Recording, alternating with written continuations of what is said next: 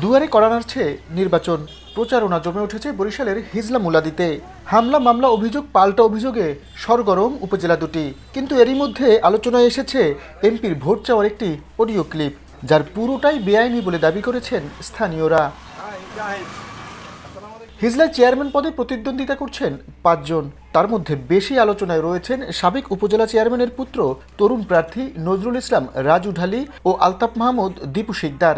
রাজু ঢালির পক্ষে স্বতন্ত্র নির্বাচিত হওয়া এমপি পঙ্কজ দেবনাথ মোবাইল ফোনে ভোট চাওয়ার একটি অডিও ক্লিপ ছড়িয়ে পড়েছে সামাজিক যোগাযোগ মাধ্যমে, যা নিয়ে এলাকায় তোলপাড় সৃষ্টি হয়েছে।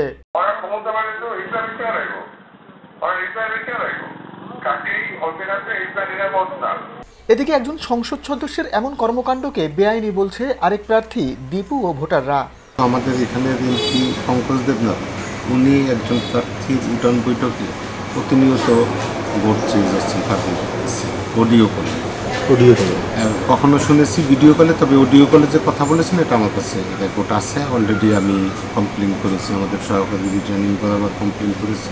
বলছে যে ওই অমুক প্রার্থী নাম যেমন অমুক প্রার্থী যদি আমরা বলেন তাহলে হ্যাঁ সব বিল কাটিয়ে মানে জমি কাটিয়ে সব নদী বানায় লাগবো, আর অমুকে রইলে সমস্যা এই সব ধরনের কথাবার্তা সে বলছে। এই মিটিংয়ে তো আজ মানুষ কমপক্ষে 500 বিভিন্ন জায়গাতে শুনতে পাইতেছে, বিভিন্ন জায়গাতে নিউজ পাইতেছে যে এমপি সাহেব অমুকের সমর্থন দিচ্ছে এবং তার অমুকের কাজ করতে বলতেছে। এভাবে আমরা সকলের কাছে শুনতে পাইতেছি আর কি। সবাই সমান, কারো পক্ষে ভোট চাওয়া এটা আইনগত দৃষ্টিতে উচিত না, মানে এটা চাওয়া উচিত না।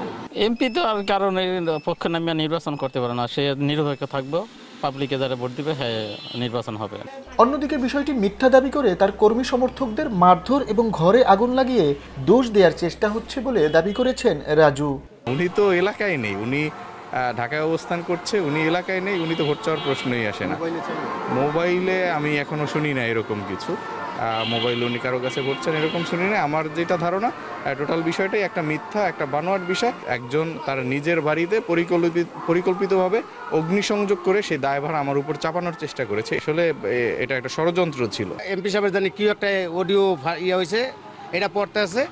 হ্যাঁ, আমি বলছি যে এটাই কি হবে, এটা তো ভুয়া। এই কথা বলার সাথে সাথে তারা 8-10 জন এসে আমার অকৃত মানে এমনভাবে মার শুরু করছে, আমার কাপড় চোপড় সব এই পাঞ্জাবি এবং গেঞ্জি টাইনা ছিটাল হয়ে গেছে। যারা এই ধরনের সন্ত্রাস করে তারা ভুল পথে আছে এবং তাদের সংশোধন হওয়া উচিত। এদিকে দুবারের উপজেলা চেয়ারম্যান তরিকুল হাসান মিঠুর বিরুদ্ধে প্রকল্পের টাকা হরিলুট করার অভিযোগ এনে উপজেলার বেশিরভাগ চেয়ারম্যান তার সাথে যোগ দিয়েছেন বলে জানিয়েছেন প্রতিদ্বন্দ্বী প্রার্থী। তবে কোনো বক্তব্য দেননি মিঠু।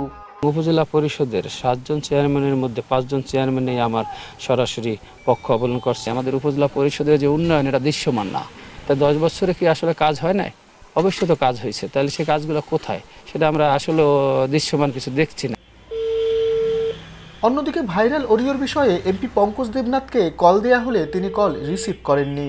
তবে তার বিরুদ্ধে কমিশন সিদ্ধান্ত নেবেন বলে জানিয়েছেন রিটার্নিং কর্মকর্তা।